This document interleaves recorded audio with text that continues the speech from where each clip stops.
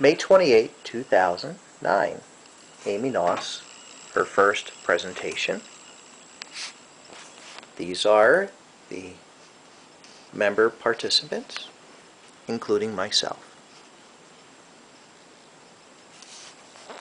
Whether you like it or not, coffee plays a major role in American lives. Whether you're drinking it, or you just don't like the smell of the beans. But a lot of people don't know what it is.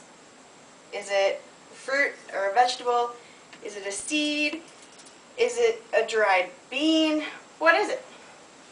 Through careful research, I figured out this mystery and I'm going to explain it to you.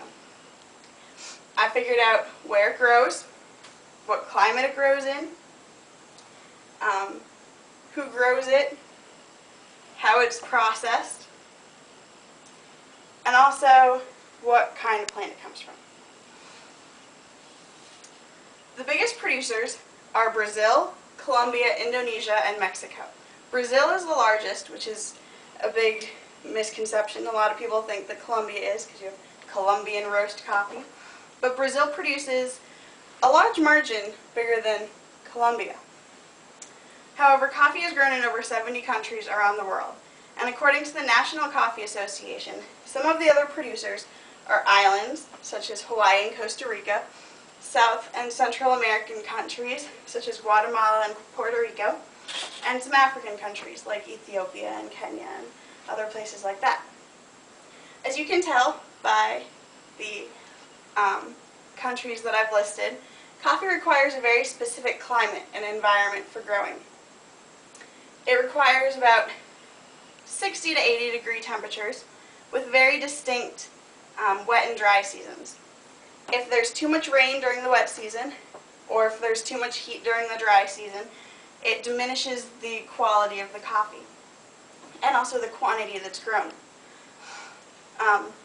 According to the University of Georgia's website, there's somewhere between 25 and 100 different species of the genus coffee. The most two common are Arabica and Canephora, which is often called Robusta. Arabica accounts for about 70% of the coffee produced and is thought to have a better quality than Robusta coffee does. The coffee tree produces little fruits called cherries, and they're about a little bigger than the size of a pea, red in color, and they contain two green seeds that face each other in the middle. These seeds are what will later become roasted, turn brown, and turn into your coffee. The cherries are usually picked by hand, but there are some places now that will pick it by a machine. The redder the cherry is, the more ripe and the better quality the coffee will be. And there have been in the past places that will pick several times throughout the harvest season, which ensures a better quality and only picking the cherry when it's ripe enough. It is becoming a more popular trend, however, to just go through and pick it all in one sweep. It's cheaper that way for the people that grow it and the harvesters. But that kind of guarantees that it's going to be a lower quality batch because there's lower quality beans in there that aren't fully ripened. Once they're picked, they have to be processed. And they're processed in one of two different ways. There's the dry method, which they're pretty much laid out in the sun and they have to be raked and turned every day and night by somebody so they don't rot. This process takes several weeks to do it, so it's a very long, very repetitive method to do it.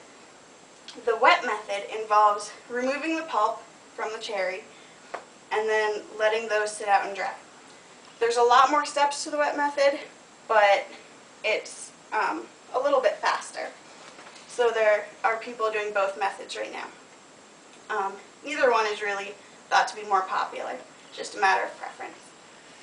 Once the beans have been dried, they are hulled and polished, graded, and sorted by weight and size.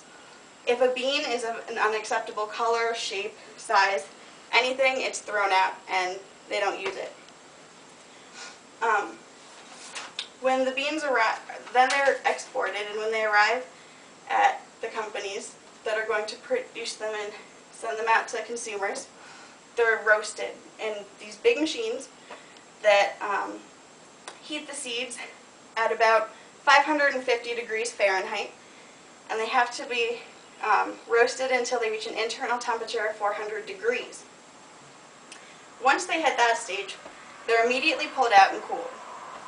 After that, they're bagged, and some of them are ground and bagged.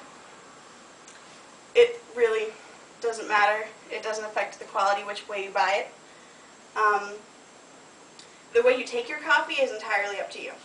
Whether you buy it pre-ground or you grind it yourself, whether you had flavors, creamers, artificial sweeteners, anything, how strong you like it, it's just a matter of preference. Every cup of black coffee contains about 9 calories. And of the recommended daily allowance by the set in by the FDA, it contains a little over 1% calcium and 11.5% iron. There's 100 milligrams of caffeine per cup of coffee, and decaf still has about 5 milligrams, so it's not entirely caffeine-free.